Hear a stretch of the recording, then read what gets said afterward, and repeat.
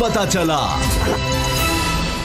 Blue world city project के हवाले से मुख्तलिफ खबरें हैं, इस पर हमने बात भी की थी। उसके चेयरमैन साद नज़ीर साहब हमारे साथ हैं, उनसे इस हवाले से बात करेंगे। साद नज़ीर साहब, ये आप पर इल्ज़ाम ये है कि आपके पास चंद सौ कनाल ज़मीन है और ऊपर से आपने अर्तुगरुल गाजी के किरदार को भी बगैर एनओसी के बुलाया और ये जो प्रोजेक्ट है आपका ब्लू वर्ल्ड सिटी, इसकी जानिब आपने माइल करने की कोशिश की। क्या कहते हैं आप?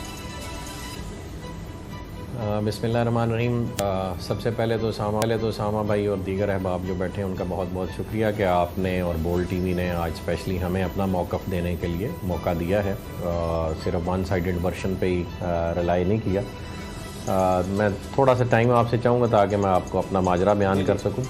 अल्लाह पाक का शुक्र है जी कि हमारे पास चंद सौ कनाल ज़मीन नहीं, एक वेरीफाइबल डॉक्यूमेंट्स के थ्रू हमारे पास अल्हम्दुलिल्लाह 30 से 35 हज़ार कनाल का जो रकबा है वो म्यूटेशन के प्रोसेस में है, जिसमें से 25 से 27 हज़ार कनाल हम अल्हम्दुलिल्लाह हमारे नाम म्यूटेट हो चुका है। अगर आप अपना कैमरामैन ये दिखा सकें तो ये सारे डॉक्यूमेंट्स हैं जो हमारे पास कंप्यूटराइज्ड फॉर्मेट में अवेलेबल हैं।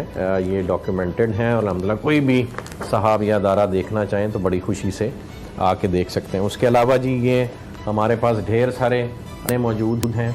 ये उन्हीं रकमों के, उन्हीं मौज़ों के हैं। ये भी हम किसी को दिखा सकते हैं जो कोई भी आके देखना चाहें। ये 60 से 70 हज़ार कनाल के बयाने हैं in addition to our land holding जो हमारे पास अल्हम्दुलिल्लाह इंतकालात की सूरत में मौजूद है।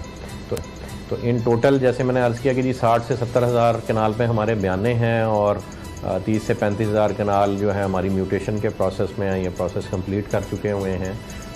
तो एक साइजेबल रकबा हमारे पास ऑन ग्राउंड मौजूद है और अल्हम्दुलिल्लाह हमारे इलाके में हमारा लैंड प्रोक्योरमेंट के हवाले से चौधरी नदीम एजाज साहब जो मेरे पार्टनर भी हैं, इस प्रोजेक्ट के मालिक भी हैं और नहायत ही मोहतरम हैं, इलाके में अपनी एक अच्छी रिप्यूट रखते हैं।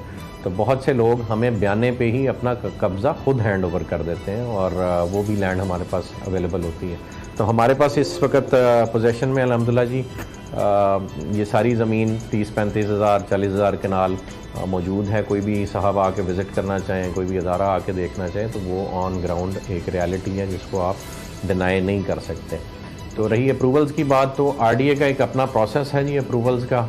आरडीए का जो नॉर्मली अप्रूवल्स का प्रोसेस होता है उसमें या आपके पास मलकियत होनी चाहिए या आपके पास बैंक स्टेटमेंट होनी चाहिए। एक प्रोसेस को आप फॉलो करते हैं और सबसे पहले वो आपको प्लानिंग परमिशन देते हैं और प्लानिंग परमिशन का मतलब होता है कि आप एक इलाके में आरडीए की परमिशन देने के बाद रकबे की ख़रीदारी कर सकते हैं। That means that they have allowed you to plan a project in a certain area and go ahead with the procurement process. तो अल्हम्दुलिल्लाह हमें 2017 में हमने अप्लाई किया था और बिल्कुल राइटली अपने प्रोजेक्ट लॉन्च से पहले आरडीए का जो लीगल प्रोसेस है वो हमने ज्वाइन कर लिया था और आरडीए ने हमें 2017 में ही पहले प्लानिंग परमिशन दे दी थी। वो तकरीबन उस वक्त 427 कनाल की थी जो उस वक्त कॉम्पैक्ट पीस था, हमने उनको दे दिया था। लेटर ऑन 2019 में हमें उन्होंने 1543 कनाल की प्लानिंग परमिशन दी और उससे पहले डिस्ट्रिक्ट काउंसिल ने भी हमें एनओसी जारी किया, वो आज भी मौजूद है।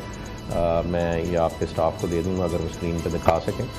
तो इन दोनों प्लानिंग परमिशंस के बाद हमने 10,918 कनाल का रकबा मज़ीद अल्हम्दुलिल्लाह आरडीए को जमा करा दिया और अभी हम मज़ीद 10-15 हज़ार कनाल का रकबा अप्रूवल्स के प्रोसेस में डालने जा रहे हैं। अनफॉर्चुनेटली इस वक्त आरडीए की और टीएमए की और डिस्ट्रिक्ट काउंसिल की लोकल गवर्नमेंट एक्ट 2019 आने के बाद जो लीगल स्टेटस है वो इस वक्त कन्फ्यूजन का शिकार है और ये मैटर इस वक्त अंडर लिटिगेशन है Lahore high court Rawalpindi bench में। और जैसी मौजूदा अदालत इस पर फैसला करती है कि कौन सा अदारा मजाज है इस अप्रूवल को फर्दर कंटिन्यू करने का या नए अप्रूवल्स देने का, तो जैसे ही वो क्लैरिफिकेशन आती है हम इंशाल्लाह रिव्यू करके अपना प्रोसेस ज्वाइन भी करेंगे और कंप्लीट भी कराएंगे। और कोई चीज़ उसमें माने नहीं है, हम लॉ अबाइडिंग सिटीजन्स हैं और हम बिल्कुल कानूनी तकाजे पूरे करके चलना चाहते हैं। और डेवलपमेंट का जो प्रोसेस हमारा साइट पे ऑन गोइंग है वो भी अल्हम्दुलिल्लाह कोर्ट के अहकामात की रोशनी में हम जारी रखे हुए हैं। तो इसके अलावा जी आपने पूछा कि अर्तगल गाजी के बारे में आपने बात की, या जो साफ किरदार अदा कर रहे हैं अर्तगल गाजी का इंजन आलतन दुजिया तान। तो सामा भाई मैं अर्ज़ करूँगा कि जैसे पाकिस्तान का कोई भी एक्टर किसी भी कंपनी के साथ, फर्म के साथ, अदारे के साथ as a brand ambassador join करता है, और हमने पहले नुमान एजाज साहब को इंगेज किया, जुगन काजम को इंगेज किया, वो दोनों अब भी हमारे पैनल पे हैं, there are respectable brand ambassadors. इसी तरह हमने एक फ़ॉरेन एक्टर लिया, वो फ़ॉरेन एक्टर एक फ़ॉरेन ड्रामा जो कि पाकिस्तान में बहुत मशहूर हुआ, अर्तगल गाजी का मेन लीडिंग हीरो किरदार थे, और इसी वजह से उनकी शोहरत की वजह से ही हमने उनको इंगेज किया अल्हम्दुलिल्लाह, and they came on board with us and they were going to not only work for our project in Rawalpindi Islamabad, बल्कि एट द सेम टाइम जो हमारा एक प्रोजेक्ट ब्लू टाउन के नाम से LDA से जिसका नक्शा मंजूर हो चुका हुआ, उसके लिए भी एज ब्रांड एम्बेसडर उन्होंने एक्ट करना था, और उन्होंने यहाँ पे भी तशरीफ़ लाना था। लेकिन अनफॉर्चुनेटली मीडिया ये बात जानता है, बहुत से लोग जानते हैं कि एक हमसाया मुल्क जो कि तुर्कों से हमारी मोहब्बत पे इतने खुश नहीं है, और स्पेशली अर्तगल ड्रामे पे भी खुश नहीं है, और उसके यहाँ चलने पे भी खुश नहीं है, तो उनकी मदाखलत थी, वो जैसे भी हुई, मैं उस तफसील में नहीं जाऊँगा। बहरहाल लुब्बे लबाब ये कि वो यहाँ तशरीफ़ नहीं ला सके, और इंशाल्लाह जैसे ही पाबंदी उठेगी अल्लाह पाक खैर लाएंगे, वो ज़रूर तशरीफ़ लाएंगे, और वो मैं समझता हूँ हमारी नहीं, इस मुल्क की इज़्ज़त का सवाल है, और हमारी बीइंग अ मुस्लिम हमारी तो ये ख्वाहिश है कि पूरी उम्मत जो है वो मिल्लत वाहिदा की तरह आप सल्लल्लाहु अलैहि वसल्लम की हदीस के मुताबिक एक्ट करे, और तुर्कों और दूसरों में फ़र्क ना किया जाए। हम मुसलमान हैं, हम इकट्ठे ही न जीना मरना है, बल्कि हमारे इकट्ठे होने में ही हमारी बका है। तो उम्मीद है कि जो अदारे ये बात सुन रहे हैं वो इसको। अच्छा, क्या कुछ कब्जा ग्रुप्स भी आपके साथ कब्जे में मुलव्वस हैं, और सुना है कि आपने अपना जो गेट है वो भी किसी ज़हूरनामे शख्स की ज़मीन पर लगाया हुआ है? पहली तो बात यह है कि गौसे आज़म रोड पे जिसे लोग चक्री रोड के नाम से भी जानते हैं, उस पर हमारा एक गेट नहीं, अल्हम्दुलिल्लाह 8 से 9 एंट्रेंस पॉइंट्स हैं, जिसमें हम मुनफरद डिज़ाइन के गेट्स रेज़ करेंगे। उसमें से पहला गेट जो है वो अल्हम्दुलिल्लाह मुकम्मल हो चुका हुआ है, और चाइनीज़ आर्किटेक्चर पे उसका थीम हम लेके चले थे CPAC के हवाले से, चूँकि हमारा प्रोजेक्ट CPAC रूट पे है, और मैं चूँकि ज़ाती तौर पे ख़ुद आर्किटेक्ट हूँ, अल्हम्दुलिल्लाह national college of arts Lahore से आर्किटेक्चर में मैंने ग्रेजुएट किया था, तो मेरी ज़ाती दिलचस्पी होती है डिज़ाइन के हवाले से, और चूँकि हम इसको CPAC से मुंसलिक कर रहे थे थीम को, तो उस वजह से हमने चाइनीज़ आर्किटेक्चर का ये फ़कीदुल मिसाल गेट बनवाया। ये अपनी नौइयत का पहला गेट है, और पाकिस्तान का सबसे बड़ा गेट है अल्हम्दुलिल्लाह, ये एजाज़ हमें हासिल है। तो ये जो रकबा इस गेट का है, ये बाकी एंट्री पॉइंट्स हैं, ये अल्हम्दुलिल्लाह चौधरी नदीम एजाज साहब ने ज़ाती तौर पर परचेज़ किए हैं। वो रकबे की ख़रीदारी में बहुत महारत रखते हैं, इस इलाके के जद्दी पुश्ती वो मकीन हैं, यहाँ पे रह रहे हैं अरसा दराज से। उनके छोटे भाई नईम एजाज साहब, चौधरी नईम एजाज साहब, वो उनकी इस मामले में बहुत हेल्प करते हैं। तो जितने भी रकबों की ख़रीदारी है, चूँकि वो लोकल्स के थ्रू होती है, और वो उनके अपने मोस्टली रिश्तेदार हैं या बरादरी वाले हैं, तो वहाँ पे किसी की ज़मीन पे नाजायज़ काबिज़ होने का तो सवाल ही पैदा नहीं होता। अलबत्ता ये जो आप जिक्र करें, ये ज़हूर नामी शख्स, इनका थोड़ा सा रकबा है, और हमने इनको इनकी मेजॉरिटी पेमेंट 70% पेमेंट कर दी हुई थी। इनका रकबा नैब कॉशन था, इन्होंने नैब से क्लियर करा के हमसे बाकी की ट्रांसफ़र लेनी थी, या हमें देनी थी ट्रांसफ़र, और बाकी पेमेंट लेनी थी, जिसमें वो हीलो हुज्जत का मुजाहरा कर रहे थे। और यहाँ पे ये एक छोटा सा ट्रेंड है कि जब ज़मीनें महंगी होने लग पड़ती हैं, तो लालच की गर्ज से लोग अपने मामलात को कोर्ट में ले जाने की कोशिश करते हैं। तो हमारे सिलसिले में भी यही हुआ, हमने इसकी तमाम पेमेंट जो है वो अल्हम्दुलिल्लाह कोर्ट में जमा करा दी हुई है, और अल्लाह पाक से उम्मीद है कि फ़ैसला इंशाल्लाह हमारे हक़ में ही आएगा। तो ऐसी कोई कब्ज़े वाली बिल्कुल भी कोई बात नहीं है। आप किसी से भी इलाके में चौधरी नदीम एजाज साहब की या इस प्रोजेक्ट की साख, या जो रकबे के हवाले से हमारे पास किस तादाद में रकबा मौजूद है, उसे आप वेरीफाई कर सकते हैं। हम अल्हम्दुलिल्लाह साफ़ सुथरा रकबा ख़रीदते हैं, और कोशिश हमारी यही होती है कि सबको टाइम पे पेमेंट्स करें। बस इसमें मैं एक छोटी सी चीज़ ऐड करना चाहूँगा कि जैसे आपका अदारा, आपको याद होगा, एक टाइम पे हासिदीन का शिकार था, वैसे ही कुछ मोहब्बत करने वाले हमारे भी हैं, लेकिन खैर होगी जी, वल्लाहु खैरुल माकिरीन। तो इंशाल्लाह हक़ की फ़तह होगी, और हमें बहुत उम्मीद है अल्लाह पाक से कि ये जितने मामलात हमारे ख़िलाफ़ मुख्तलिफ़ महकमों को मिसगाइड करने की कोशिश की जा रही है, वो इंशाल्लाह जल्द ही सारी हक़ाइक़ और सच्चाई आवाम के सामने आ जाएगी, बल्कि मौके पे मौजूद है, कोई भी विजिट करके। अच्छा साद साहब, आप पर ये भी एक आप पुलिस को कब्जा के लिए इस्तेमाल करते हैं, ज़मीनों पे कब्जों के लिए पुलिस को इस्तेमाल करते हैं? इस्तेमाल करते हैं जी। लोग भी इल्ज़ाम लगाते हुए कैसे कैसे इल्ज़ाम लगाते हैं। हम एक प्राइवेट एंटिटी हैं और एक प्राइवेट प्रोजेक्ट कर रहे हैं, हुकूमत में नहीं है जो कि पुलिस को हम इस्तेमाल करने लग पड़ेंगे। ना पुलिस हमारे कहने से कोई काम करती। ये दारुल खिलाफा है जी, और दारुल खिलाफा में बहुत सारे अदारों के दफातर हैं और बहुत सारी विजिलेंस चल रही है।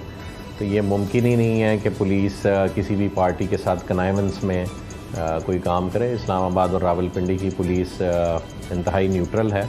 ये बेबुनियाद इल्ज़ाम है हमारे पे भी और पुलिस जैसे मैक पे भी ये इल्ज़ाम स्पेशली। आखिरी सवाल साद नज़ीर साहब, आपके फ्यूचर प्रोजेक्ट्स पर भी सवाल उठ रहे हैं। ये चौधरी तनवीर की एफबीआर में कॉशन प्रॉपर्टीज़ हैं, उनके साथ मिलकर कंपनी बनाने की क्या हकीकत है? हाँ भाई, वैसे आप लोगों का ना किसी इंटेलिजेंस अदारे में होना चाहिए, जितनी तहकीक आप लोग करके और पता नहीं कहाँ से इंफॉर्मेशन निकाल के ले आते। तो अल्हम्दुलिल्लाह जी, ये हकीकत है। चौधरी तनवीर साहब के जो बेटे हैं दानियाल साहब और सामा साहब, उनके साथ मिलकर यस हमने एक कंपनी फॉर्म की। उसका नाम बेवर्ली गार्डन्स प्राइवेट लिमिटेड था और कंपनी फॉर्म करने का मकसद सिर्फ़ और सिर्फ लैंड एक्विजिशन था, लैंड प्रोक्योरमेंट था। क्योंकि जिन मौज़ाजात में हम रकबों की ख़रीदारी कर रहे हैं वहाँ पे चौधरी तनवीर साहब का एक अरसे से ख़रीदा हुआ रकबा पड़ा है। यस, आपके हवाले से और दीगर हवालों से हमें ये इतला ज़रूर पहुंची है कि उनका रकबा एफबीआर ने गालबन कॉशन किया हुआ है या अंडर इन्वेस्टिगेशन है। उनका मौक़िफ़ तो जो हमारे पास है वो ये है कि वो कहते हैं कि ये बेबुनियाद उन पे इल्ज़ाम लगाया जा रहा है और इंशाल्लाह वो रकबा भी उनका क्लियर हो जाएगा। बहरहाल मुख्तसरन ये कि जब रकबा किसी भी अदारे ने कॉशन किया हुआ हो तो उसकी ट्रांसफ़र वो किसी इंडिविजुअल के नाम पे हो या कंपनी के नाम पे हो, मुमकिन ही नहीं होती। तो वो अपने सरमाए से या हमारे मुहैया किए गए सरमाए से ज़मीन की ख़रीदारी का और ज़मीन की प्रोक्योरमेंट का एक हमारा आपस में मामला तय हुआ था और सरमाए की और ज़मीन के टाइटल के तहफ़्फ़ुज़ के लिए हमने एक कंपनी फॉर्म की थी, जिसमें से अल्टीमेटली उन्होंने कंपनी में से एग्ज़िट ले जाना था और कंपनी के राइट्स हमने टेक ओवर करने थे, जिस वक्त हमारा रकबा कॉम्पैक्ट हो जाता है। क्योंकि रकबों की ख़रीदारी का मामला है और आपने रकबा कॉम्पैक्ट करना होता है, मुश्तरका मालकी होती है, एक खसरे में या एक खेबट में कई मालक होते हैं।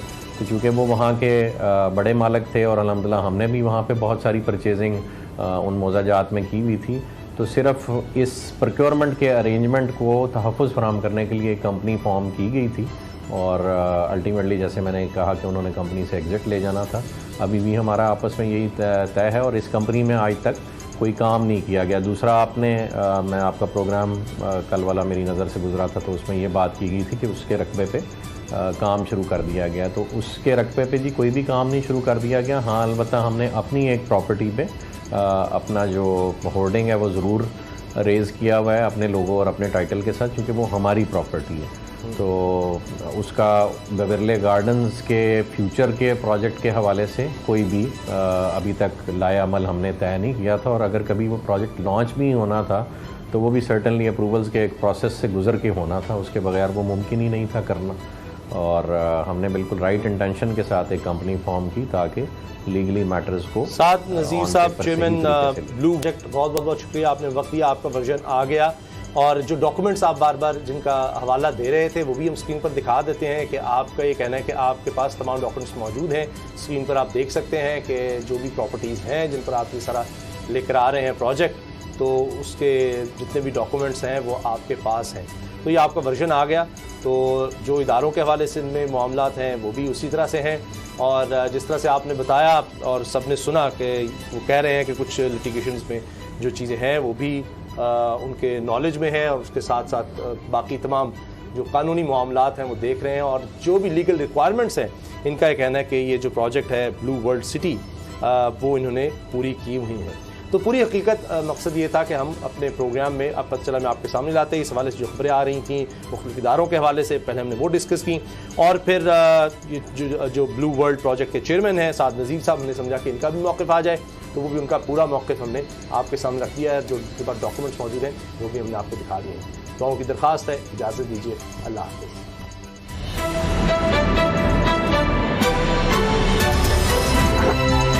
अब पता चला।